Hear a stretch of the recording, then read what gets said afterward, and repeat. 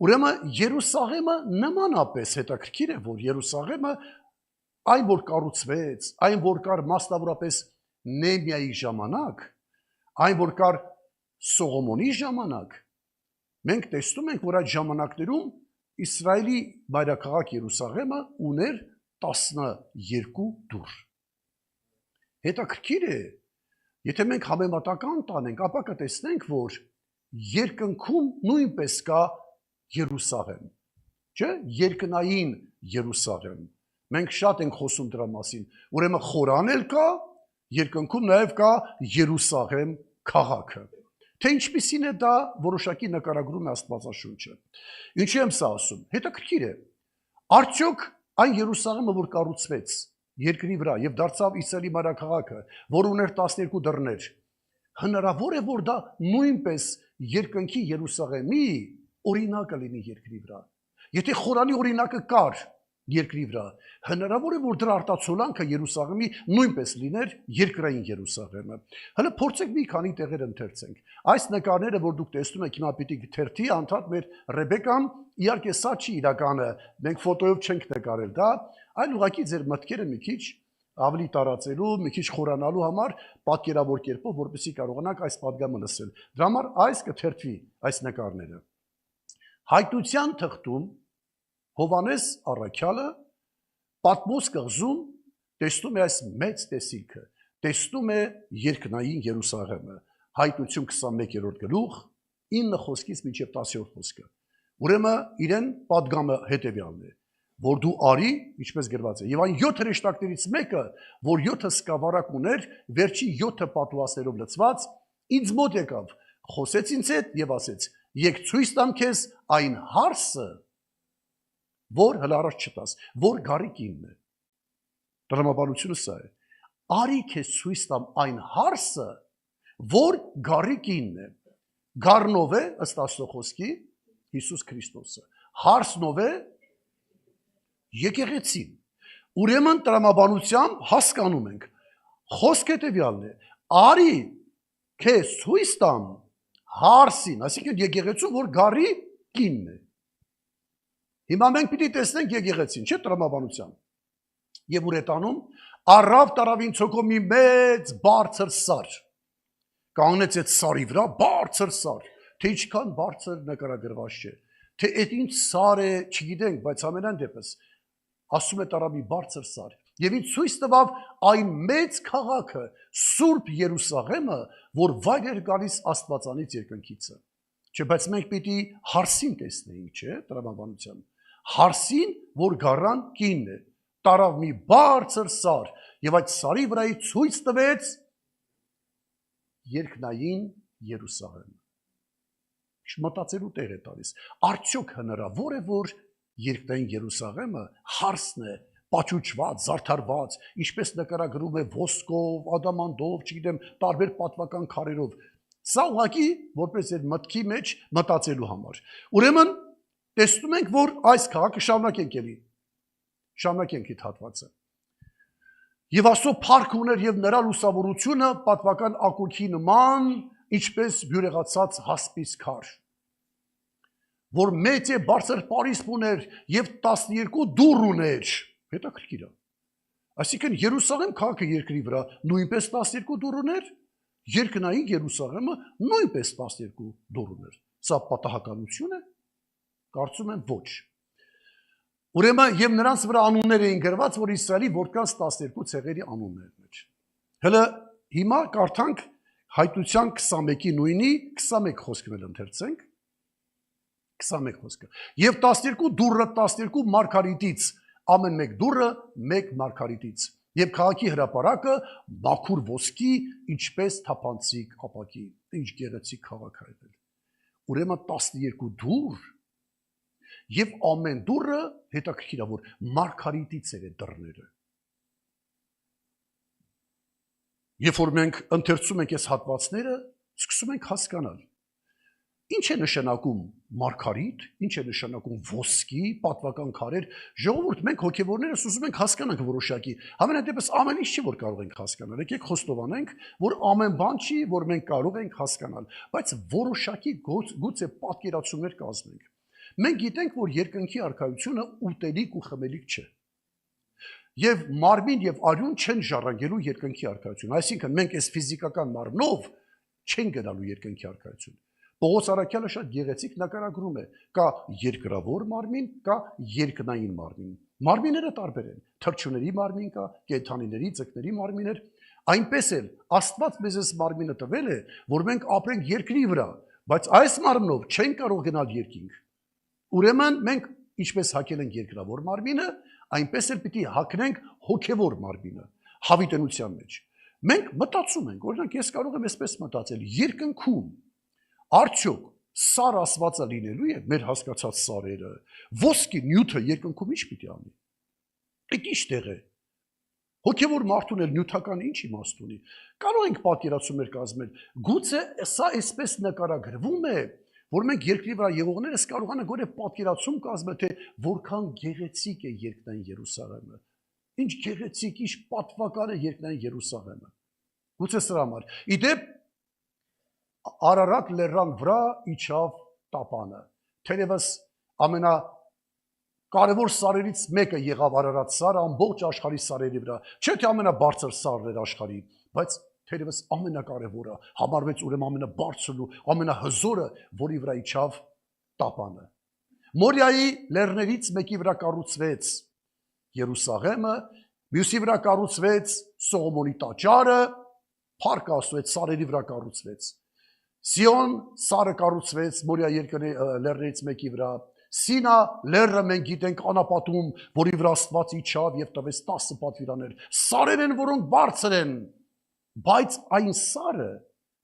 որ Աստված տարավ եւ Հովհաննեսին ցույց տվեց, այդ սարը բոլոր սարերից գերագույն սար է։ Այդ սարի վրայից ինքը տեսավ երկնային Երուսաղեմը։ Այ մենք ինչքան կարիք ունենք գնալ դեպի այդ սարը։ Իդեպ Միքիան կարծես ակնարկում այդ սարի մասին։ Միքիայի մարգարեություն 4-րդ գլուխ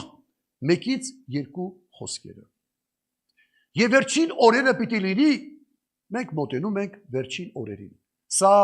5 տակարանյան չի պատգամը, որտեղ մենք որքան մոտենում ենք վերջին օրերին, ապա այս խոսքը ավելի արդիական է դառնում։ Վերջին օրերը պիտի լինի, որ Տիրոջ սարը հաստատում պիտի լինի սարերի գլխին։ Տիրոջ սարը բոլոր սարերից բարձր, բոլոր սարերից հաստատուն։ Այո, ասենք, Արարատ լեռան վրա իջավ տապանը,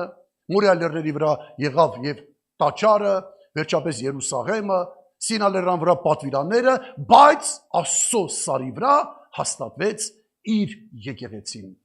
Եվ բարձր պիտի լինի բլուրներից եւ ժողովուրդները հոսելով նրա մոտ պիտի գնան։ Ժողովուրդները, ազգերը պիտի գնան դեպի այդ լեռը։ Երրորդ խոսքը ինչ է ասում։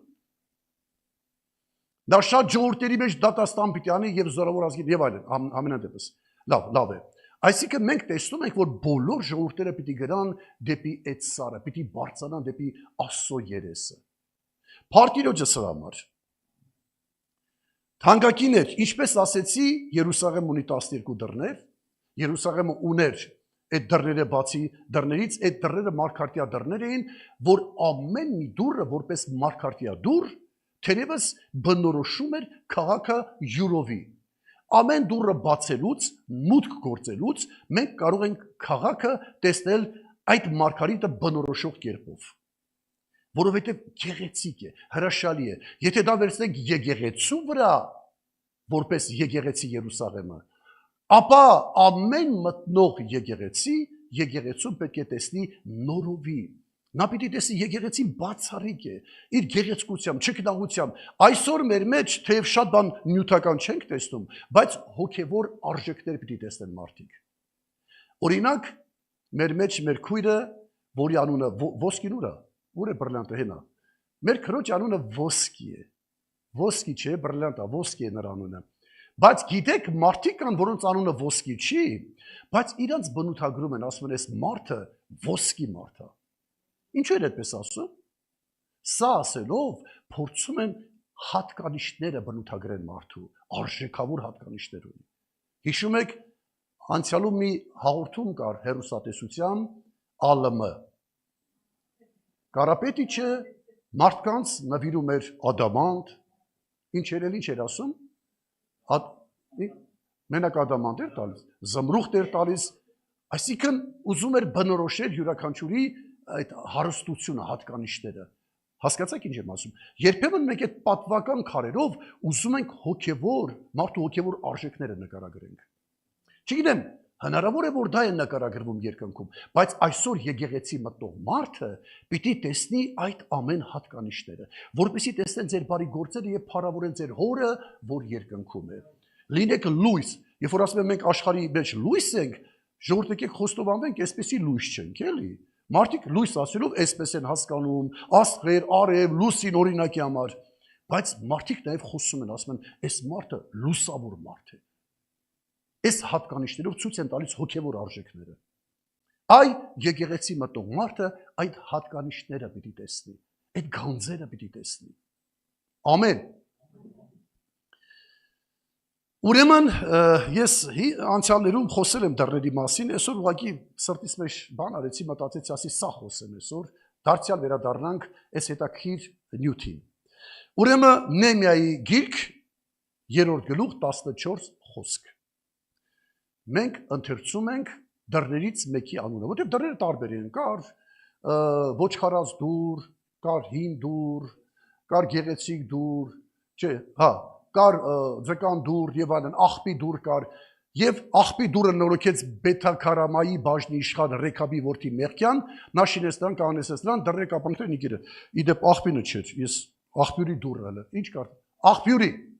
Եվ աղբյուրի դուռը նորոգեց Մասփայի բաժնի իշխան Քոլոզեի որդի Սեղունը։ Աղբյուրի դուռ։ Փաստորեն Երուսաղեմում կար աղբյուրի դուռ։ Հələ այն դռները մենք թողնենք իր տեղը, ինչպես երկնքում ասում է, ամեն դուռը մարգարտյա դուռ էր։ Մոտենանք այդ դռանը հիմա, եւ այդ դուռը փորձենք բացել եւ փորձենք ներս մտնել։ Հասկանանք Երուսաղեմի մեջ մտնելու համար։ Դրսում էդի բոլորը ասում են աղբյուրի դուռն է։ Ինչ պիտի լինի ներսում։ Ինչու է կոչվում աղբյուրի դուռ։ Ինչու է բնորոշվում այս դուռը այդ անունով։ Ինչ է ներկայացնում։ Երուսաղեմին ինչ կերպով է ներկայացնում։ Եթե մենք աղբյուրի դռից ներս մտնեինք, բնականաբար տրամաբանությամբ խոսքը գնում է աղբյուրի մասին, պիտի հանդիպենք ինչ-որ աղբյուրի։ Եվ դա որը պիտի լիներ։ Աղբյուրի դռից երբ որ ներս մտնենք, մենք պիտի հանդիպենք Սելովայի ավազանի։ Սելովայի ավազան։ Ինչ է նշանակում Սելովա։ Սելովան նշանակում է առաքված, ուղարկված։ Սելովա նշանակում է առաքված եւ ուղարկված։ Իդեպ ասեմ, ժամանակների մեջ, մասնավորապես Սողոմոն թագավորի ժամանակ, Սողոմոնը սկսեց թարմացնել Երուսաղեմը, նորոգել Երուսաղեմը, տաճարը կառուցել, այդ դռների վրա ուշադրություն դարձնել, մասնավորապես Սելովայի ավազանի վրա։ Իդեպ դրա մասին խոսում է Ժողովող գրքում Սողոմոն թագավորը 2-րդ գլուխ 4-ից 6-րդ խոսքերում։ Տեսեք ինչ է ասում Սողոմոնը։ Ինչ է արել այդ քաղաքի մեջ, մասնավորապես աղբյուրի դռան մոտ։ Ժողովող 2-րդ գլուխ 4-ից 6։ Ես, ասում է Սողոմոն թագավորը, մեծացրի իմ գործերը, ինձ համար տներ շինեցի, ինձ համար այգիներ տնկեցի, այգիներ եւ դրախտներ շինեցի, նրանց մեջ ամեն տեսակ պտղաբեր ծառեր տնկեցի, ինձ համար ջրի ավազաներ շինեցի, որ նրանից մոռոգվի Ծառաստանի անտառը։ Լսում եք ինչ ասում։ Տներ շինեցի, այգիներ տնկեցի, բայց նաև ավազաններ պատրաստեցի, հավաքեցի ջուրը, ավազան պատրաստեցի, որ այդ ավազանի ջրով ոռոգեմ Ծառաստան, այգիներս ոռոգեմ դրանով։ Իդեպ, եթե որևէ մեկը եղել է Երուսաղեմ կամ տեսած լինի Երուսաղեմի տարածքը, այդքան էլ ջրառատ չի, գրեթե ջուր չկա այդ տարածքում։ 4 տարածքներ է։ Եվ այդքան էլ բան չի, որ ասեն գեղեցիկ բան այգեստաներ կարա անեն, որտեղ ջրերը շատ առատ են։ Ամենևին, այդ ամբողջ տարածաշրջանում Իսրայելի ջուր գտնելը ջուրը շատ գանձ է, թանկ է, կյանք է ջուրը այնտեղ։ Ուրեմն, որովհետև զարմանալի կերպով Երուսաղեմ քաղաքի մեջ, ամեն քաղաքի մեջ դες բան չկար։ Երուսաղեմի մեջ գետնի տակից ջուր էր դուրս գալիս։ Գիշեր ցերեկ օրը 24 ժամ։ Մեր Աբովյանի նման չէր, որ ժամանակ առ ժամանակ առանց հայտարարելու կտրեն ջուրը, վերեսկերում էլ ջուր չկա, կամ գիշերը կտրում են։ 24 ժամ անդադ այս ջուրը տեսնում եք, սա Սելովայի ավազանի հատվածն է, որ այսպես կանալներով Սողոմոնը պատրաստել էր ճանապարհները շիներ, որ այդ դուրս եկած ջուրը գար եւ կուտակվեր եւ ավազաններ դառնար։ Մարդիկ խմում էին, մարդիկ վերջապես օգտվում էին, բայց գիշերները պատկերացեք ինքը անդադ լցվում էր եւ այդ ավազանները մեծանում էին։ Եվ առավոտ շուտ կամ իր երեկոները նա դրանով նաեւ ոռոգում էր իր այգիները։ Սա կյանք էր, քաղաքի մեջ, գետնի տակից ջուրը անդադ գալիս էր։ Եվ երբ որ գալիս էր, ինքը շատ արագությամբ չէր գալիս, շատ հանդարտ, շատ հանգիստ դուրս էր գալիս։ Ուրեմն Երուսաղեմ քաղաքի մեջ փաստորեն կար ակնաղբյուր, որից օգտվում էր ժողովուրդը եւ Սողոմոնը դա օգտագործում էր իր այգիները ոռոգելու համար։ Իդեպ Եսայի մարգարեության մեջ 5-րդ գլուխ առաջից 1-ից 2-րդ խոսքերում մենք տեսնում ենք, որ Աստված կարծես օգտագործում է լիրիկա, քնարերգություն, եւ Աստված կարծես երգ է երգում իր այգու վերաբերյալ, բայց Աստծո այգին ո՞րն է։ Աստծո այգին Իսրայելն է, Աստծո այգին Երուսաղեմն է, եւ Աստված այդ երգը երգերով տեսեք ինչ ասում։ Աղե, բարի, երգեմ իմ սիրելի համար իմ սիրեկանի երգը իր այգի մասին։ Մարգարեն երգում է Աստծո երգը իր այգու մասին, ժողովրդի, իր Երուսաղեմի մասին, իր Իսրայելի մասին։ Իմ սիրելին մի այգի ուներ, մի պարարտ լեռնածայրին։ Լսում եք, պարարտ տեղ, Մորիա լեռան գագաթին, այդ սաղ տարածաշրջանում, նա ցանկով պատեց նրան, քարերը հանեց միջից, նրանում ընտիր որդեր տնկեց, մի հնձար էլ փորեց նրանում եւ սպասեց, որ խաղող բերի, բայց նա ազող բերեց։ Այսինքն Աստված հաստատեց Իսրայելը, հաստատեց Երուսաղեմ քաղաքը, ամեն բան արեց իր ժողովրդի բարօրության համար եւ ակնկալում էր պատուղ, ինչպես յուրաքանչյուր երկրագործ, բայց արյուտես խաղողի տեղը ազող տվեց։ Ազողը գիտեք, չէ՞ ինչ է, խակ խաղողը, այն որ դառը թթու չես էլ կարող ուտես, չտվեց պատուղ մի խոսքով։